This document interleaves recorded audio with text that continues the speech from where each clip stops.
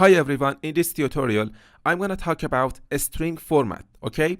So first, we need to create a Java project. So just click on this file, new, and then click on Java project, okay? And for the project name, just type in here a string format, okay? And then click on finish. And we need a main class for our project. So just click on this src folder and then click on file, new, and then click on class. So for the class name, just type in here main, and then click for the package name, just type in here com.yourname.project name, okay? A string format, okay? And for the modifiers, choose public, and here make sure that you check this checkbox here that says public static void main method, okay? And then click on finish. So as you can see here, our main class is now created, and then I double click on this main.java tab here in order to make this editor area wider. So now I want to talk about a string format in Java, okay? So what is string format? First of all, let me point out that sometimes we need to compose strings from variables like integers, okay, and other text. String.format is ideal here. It provides a format language to which we add variables. Okay, so now I'll show you more examples in order to make this concept more meaningful for you. To insert numbers, we can use the letter D format. Okay, we use ordinals after the initial % symbol, starting at 1 and increasing.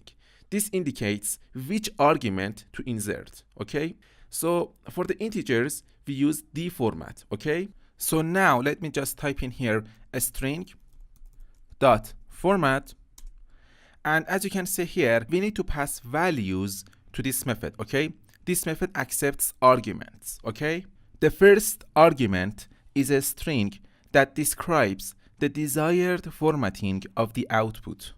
From there on, these arguments can have multiple number of arguments of any type, okay? At runtime, these arguments will be converted to string and will be printed according to the formatting instructions, okay? So now I want to show you the most basic rule that string formatting follows, okay?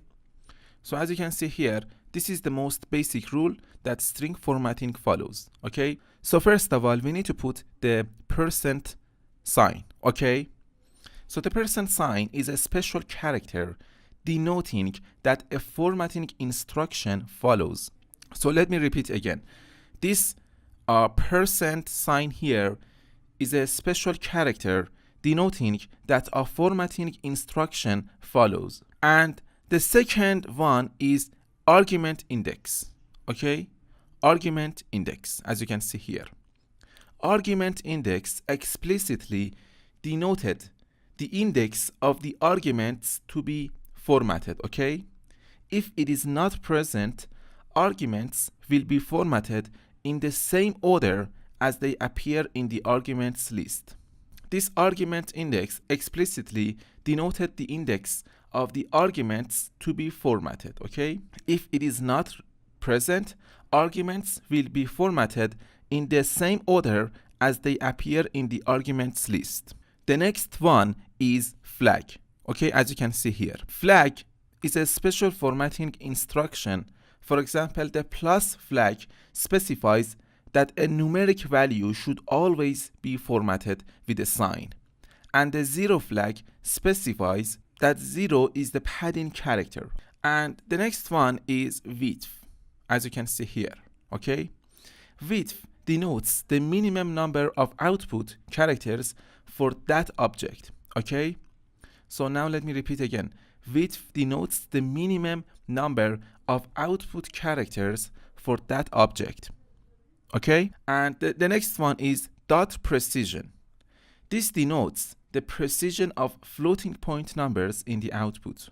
That is basically the number of decimal digits you wish to print on the output, but it can be used for other types to truncate the output width, okay? And the next one is type. Okay, type along with percent are the only mandatory formatting arguments. Type simply denotes the type of the object that will be formatted in the output. For integers, that is D. For strings, that is S. For floating point numbers, that is F. For integers with hex format, that is X. Okay, so now I want to show you some real examples, and then it's gonna actually make sense for you. Okay, so now I want to actually create. So now let me actually comment out this line of code here in order to let the compiler to run my codes. And now I want to actually create a string object. So first I need to refer to the string class, a string, and then the name of my object is a string result. Okay, and then I put in an assignment operator here, and then I refer to the name of the string class, a string dot format. And as you can see here we need to actually specify the formatting instructions, and our second argument is going to actually accept our real values. Okay, so here we need to actually specify the formatting instruction. So I need to put in 2 double quotes here, and then inside the double quotes I can actually specify the formatting instruction for my string result object. Okay, so here I want to actually type in integer percent D. So D is the type of our string formatting. So percent sign and the type are the only mandatory formatting arguments. Okay, and then I want to actually specify a new line character by using this / character plus n. Okay, and then I press on tab key on my keyboard, and then I can actually pass in my values. For example, number 58. Okay, and then I need to put in a semicolon at the end of my statement. Okay, and now I want to output this string result object to the console.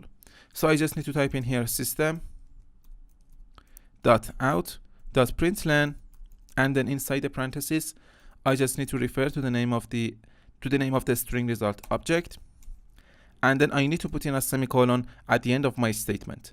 And now if I run my project, as you can see, it's gonna output this value to the console. Okay, so as you can see here, first of all I specified the formatting instructions for my value, as you can see here, integer colon percent type, and this is the new line character. Okay, so for example, if I want to actually output another value to the console, let's see what happens. System.out.println, and then inside the parentheses I just put in 2 double quotes, put in some text here, and then I need to put in a semicolon at the end of my statement.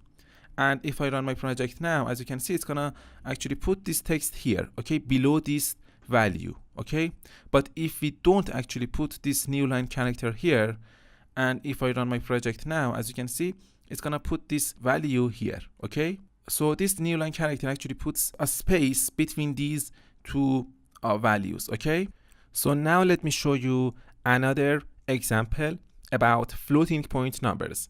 So first let me actually comment out these lines of code here, and now again I want to create a string object.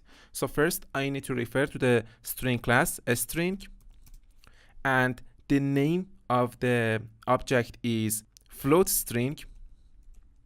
Okay, and then we need to put in an assignment operator here, and then we need to refer to the string class, a string dot format, and here first of all we need to specify formatting instructions.